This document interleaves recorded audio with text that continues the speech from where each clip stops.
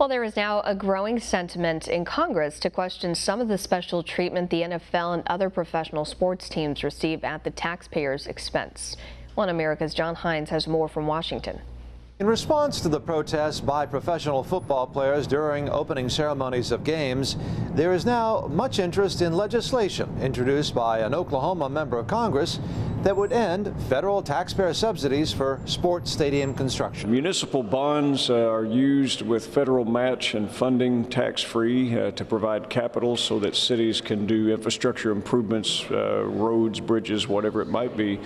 And yet you've had over the years stadiums which have readily access to capital in these professional sports associations and venues. They don't need those shelters and those tax-free dollars. They don't need these tax-free dollars, says Oklahoma Congressman Steve Russell. But for Russell, who retired from the Army with the rank of lieutenant colonel and who served in both Iraq and Afghanistan, it's about more than just saving money. It's about disrespecting the flag and what it represents. I'm just baffled by people that want to disrespect the flag. When I see the flag, I picture soldiers I lost in battle.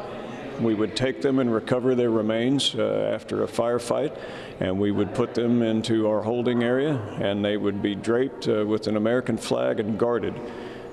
These are people I knew, so I find it very offensive that you have these disgruntled millionaires that, are complaining about such suffering and privilege that they've grown up in. Disgruntled millionaires, says Russell, and perhaps because they are millionaires, there may be a growing feeling among taxpayers to not subsidize what may be perceived as a forum for disrespecting the flag, says Phil Kirpin of the conservative advocacy group American Commitment. Well, look, I think the NFL's really put themselves in the political crosshairs by essentially, escalating a feud with the President of the United States, and the method that they're using to escalate that feud is to protest the national anthem, and obviously that's going to arouse a lot of anger and a lot of backlash on the other side, and that's what the NFL is dealing with right now. And part of that, I think, is what you're seeing, people scrutinizing the taxpayer funding that goes into these stadiums. The Office of Management and Budget reports that eliminating this tax loophole would save more than $500 million over 10 years. John Hines, One America News, Washington.